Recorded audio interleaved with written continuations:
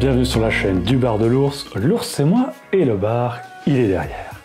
On se retrouve aujourd'hui pour un duo de dégustation avec les deux bouteilles épaules carrées que nous avons ici présentes, à savoir le Naisson profil 105 et le profil 107. Les voici, les voilà, on va enfin les comparer.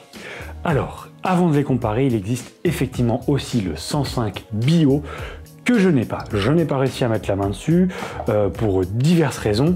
Maintenant, il est plus cher que les deux là. Les deux là étaient quasiment sur le même ordre de prix, donc je pense que c'était intéressant de faire un test déjà entre les deux là. On verra pour la suite si on goûte ou pas le 105 bio. Alors la distillerie Naisson, on va faire très rapide dessus. Elle a été créée en 1931.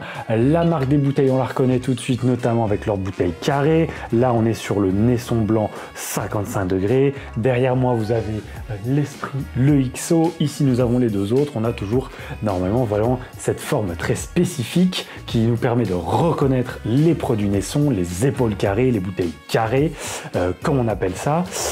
Et donc, ils nous sortent des produits à base de pur jus de canne à sucre, donc du Vezo. Donc pour le 105, on est sur un vieillissement de 20 mois dans des fûts neufs qui ont préalablement contenu pendant 4 mois du rhum blanc pour diminuer un peu l'aspérité et l'amertume du bois et qui a subi une chauffe spécifique, le profil 105. 15 fûts ont été mis à vieillir en 2015 et le jus a été embouteillé en 2016. Donc un pur jus de canne à sucre qui sort à 54,2 degrés d'alcool. Pour le profil 107, le vieillissement s'est fait entre décembre 2016 et mars 2018. Le rhum titre à 52,8 degrés d'alcool et nous sommes pareil sur un pur jus de canne à sucre.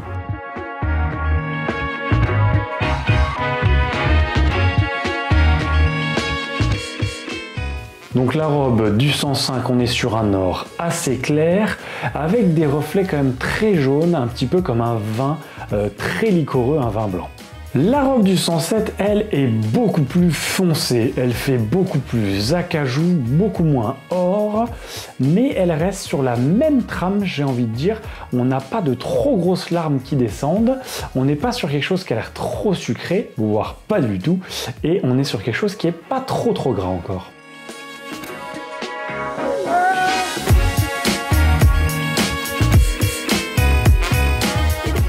Alors en termes de nez, on est tout de suite sur quelque chose qui nous fait penser effectivement du Naisson directement, mais pas trop prononcé. On est sur quelque chose de complexe.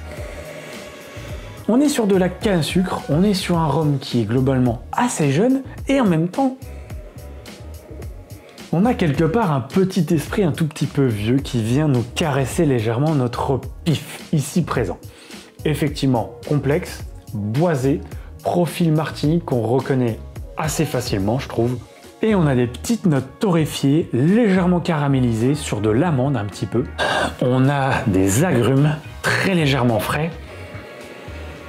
Et on a vraiment un côté caramel, un peu lait au caramel, comme ça, un tout petit peu croustillant dans ce boisé.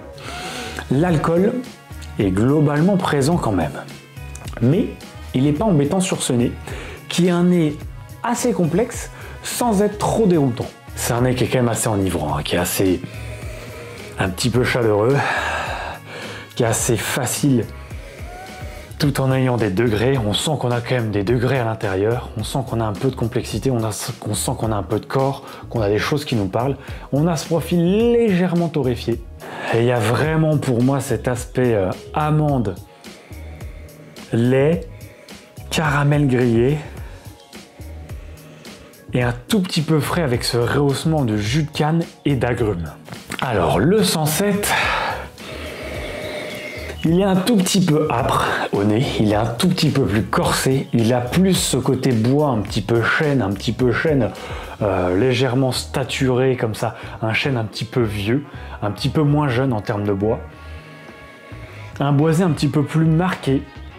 Cette amande, elle disparaît, elle laisse plus un profil qui serait sur peut-être des noisettes un petit peu toastées, mais effectivement ce côté chaud, ce côté un petit peu boisé, légèrement brûlé, toasté que j'avais dans le 105 est plus présent ici.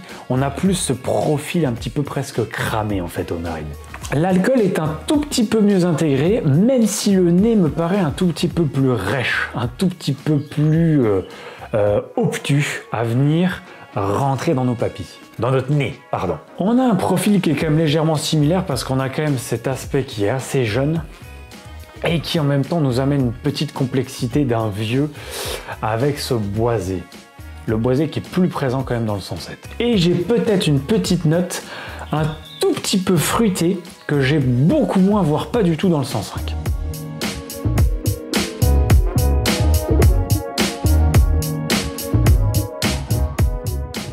Alors, première chose pour la dégustation, que ce soit le 105 ou que ce soit le 107, laissez-les s'aérer énormément. Moi, aujourd'hui, les bouteilles sont vraiment à des niveaux assez bas, donc ça permet vraiment de les appréhender, je pense, de la meilleure manière possible et de les avoir vraiment sous leur meilleure forme. Je pense que si vous venez de les ouvrir, versez-vous un verre ou 2 verres, voire même 3 verres, laissez-les vraiment pendant 1 heure ou 2, vraiment pouvoir s'aérer, commencer à échanger avec le contact de la pièce et de l'air. Je pense que c'est vraiment très important sur des rhums comme ça qui méritent vraiment une bonne aération pour vraiment sentir tout ce qu'il y a dedans et vraiment les apprécier à leur juste valeur en fait. Donc la bouche, on a effectivement tout de suite un peu d'alcool. On a le jus de canne, on a la canne qui est présente, pas trop fraîche, un petit peu sucré, un petit peu chauffé. C'est légèrement gourmand effectivement en bouche. On retrouve cet aspect légèrement dessert en fait d'un espèce de lait de caramel un petit peu toasté avec une espèce peut-être pas une noix de coco mais plus effectivement sur un gâteau aux amandes. Notre bouche est légèrement vive. On a un petit coup de fouet quand même quand on rentre directement dedans. On a des agrumes, beaucoup qui éclatent au tout début, qui s'estompent sur ce côté extrêmement gourmand d'un dessert. Un petit peu toasté, effectivement, légèrement brûlé, pas trop prononcé encore. Et on a effectivement ce côté Martinique bois, très boisé un petit peu mouillé. Et là, on est plus sur un boisé effectivement légèrement humide, mais qui, dans cette espèce d'humidité, aurait quand même été subi une espèce de chaleur. Alors, j'aurais peut-être pas été sur une chaleur à flamme, mais plus une chaleur très intense d'un soleil qui nous aurait fait pourrir un petit peu notre bois. On a un tout petit moment légèrement qui nous rappelle les orangettes avec ce chocolat noir très corsé. Malgré les 54 degrés, on est quand même sur un rhum qui a une belle complexité, même s'il reste relativement jeune, on le sent. On sent que c'est un peu jeune, on sent qu'on a une bouche qui est un tout petit peu piquante, un tout petit peu en triangle, alors qu'on a sur des bouches très vieilles, on est assez arrondi. Là, on n'arrondit pas trop les angles, mais ça lui réussit très bien. Les 54 degrés, on les sent, on sent qu'il y a de l'alcool, on sent qu'il y a 54 bourrins, mais ça va encore. Ils sont pas trop peut-être exubérants. Ça reste relativement bien, on va dire, entouré dedans. Même si on a quand même des petits hauts, des petits bas, et que c'est une bouche qui est pas très sage. Mais ça, c'est un truc que j'aime bien. Il est pas sage, il nous amène beaucoup de choses. Il est un petit peu gourmand, assez chaleureux avec cette notion quand même de bois, légèrement de jus de canne. On n'est pas du tout sur une canne à sucre qui serait iodée, on est beaucoup plus sur une canne à sucre un tout petit peu jeune peut-être, et un petit peu sucrée. Alors, la bouche du 107, elle passe super bien derrière le 105. Dans ce sens-là, je trouve qu'il passe super bien. Les deux, ils s'accordent super bien. Je vais faire une toute petite aparté en vous disant, non, je ne vais pas la faire. La bouche du 107, elle passe très bien derrière le 105. Dans ce sens-là, ça s'accorde super bien. Elle est un tout petit peu plus peut-être charnue, un tout petit peu plus épaisse que le 105. Elle est plus prononcée, un petit peu moins vive. On sent un petit peu moins l'alcool. Il y a 2 degrés de moins. On pourrait dire qu'il y a peut-être un peu plus que 2 degrés de moins. On sent un petit peu moins cet alcool présent en bouche. Il est quand même là. On a moins cet aspect agrume. On a beaucoup plus cet aspect, je trouve, boisé qui revient tout de suite.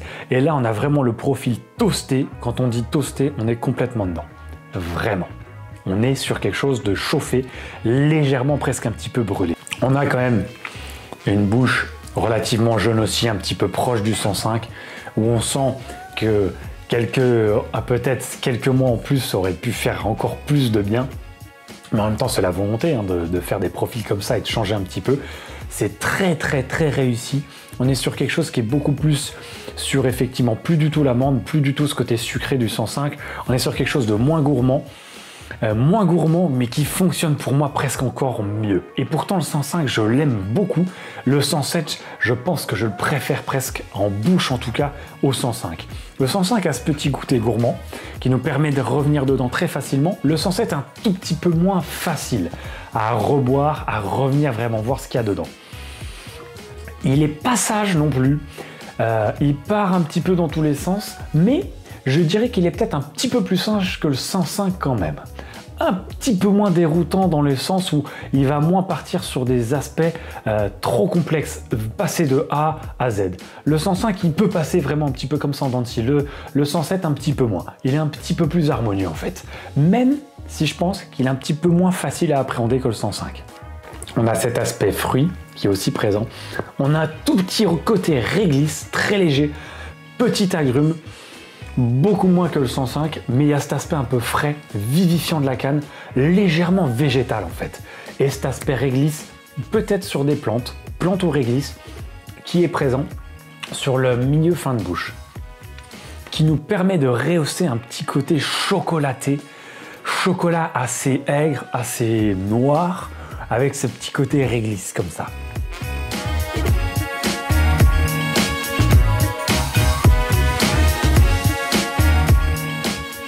La finale du 105 est quasiment aussi longue que le 107. Je pense qu'elles sont globalement assez longues toutes les deux.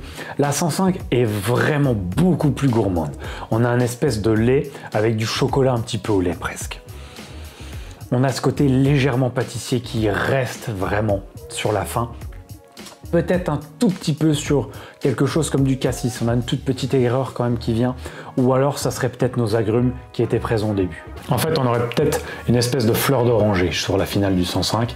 Une fleur d'oranger déposée sur vraiment un petit dessert, mais assez vif, assez costaud. Et l'alcool, finalement sur la finale, il est beaucoup plus présent au début de bouche, l'alcool, beaucoup moins sur la fin. Et sur la finale, il est beaucoup moins présent. Ces 54 degrés sont vraiment pas dérangeants dans la finale. Et c'est une finale qui est globalement assez longue. La finale du 107, on a un tout petit côté, presque un tout petit peu gourmand quand même. Beaucoup moins sucré et chocolat au lait que le 105. Mais on aurait peut-être un côté un peu gourmand sur des fruits en fait. Une espèce de petite confiture de fruits qui est vraiment à la fin, qui nous permet vraiment d'avoir un espèce d'exhausteur de goût comme ça, avec ce côté un petit peu chêne, un petit peu boisé. Et on a un côté qui est un petit peu plus frais sur la finale que sur le 105, beaucoup plus frais d'ailleurs même. Il n'y a pas du tout cet aspect fleur d'oranger, on serait plus sur une fraîcheur, comme je disais en bouche, un petit peu plus végétale, peut-être un petit peu plus sur des plantes.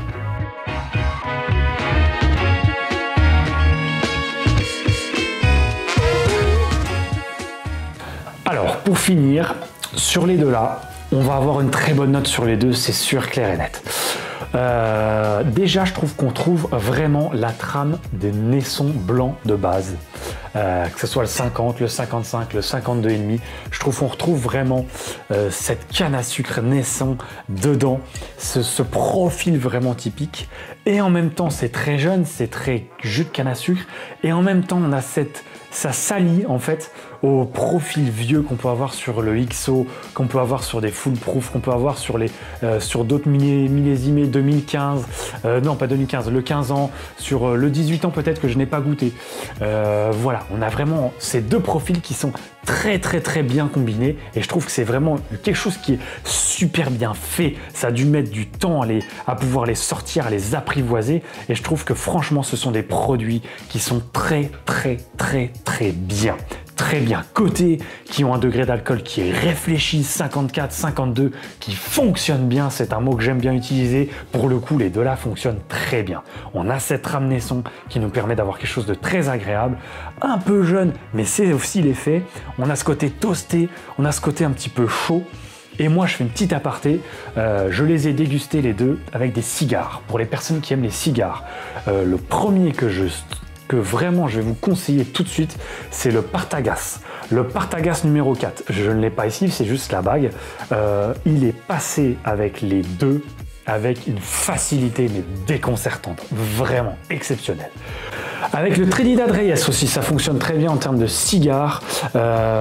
J'ai la petite bague qui est ici, j'avais oublié de vous la montrer. C'est vrai, je l'ai essayé avec celui-ci aussi.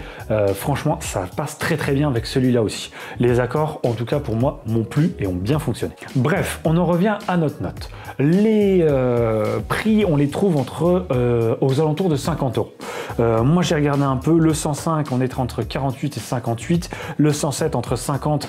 Par contre, ça pouvait monter, j'ai vu chez un caviste à 65. Franchement, 65, c'est vraiment de l'arnaque. Enfin, de l'arnaque. Il est très très bon. Je ne sais pas si je mettrais 65 dedans. Mais voilà, on est aux alentours de, globalement, quand on les a achetés, ils étaient à 55 €. 107, il se trouve encore facilement. Le 105, je pense que c'est beaucoup plus compliqué déjà d'en avoir, puisque c'est des sorties qui ont été assez limitées. C'était, si je ne dis pas de bêtises, on avait une dizaine de fûts, une quinzaine de fûts peut-être pour l'un et pour l'autre. Donc voilà, on est quand même sur un nombre de bouteilles qui n'était pas énormissime.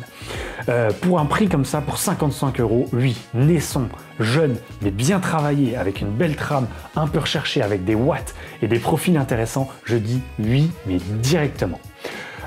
En réfléchissant, mais franchement, je pense que ça va être des coups de cœur. Moi, c'est vraiment des bouteilles que j'adore, qui se boivent facilement, mais qui nous permettent de sortir un petit peu de ce qu'on a. Avec un cigare, ça passe bien. Avec un dessert, ça passe bien. Tout seul, il passe, mais extrêmement bien aussi. Les deux ensemble vous permettent de faire des choses et des accords l'un après l'autre.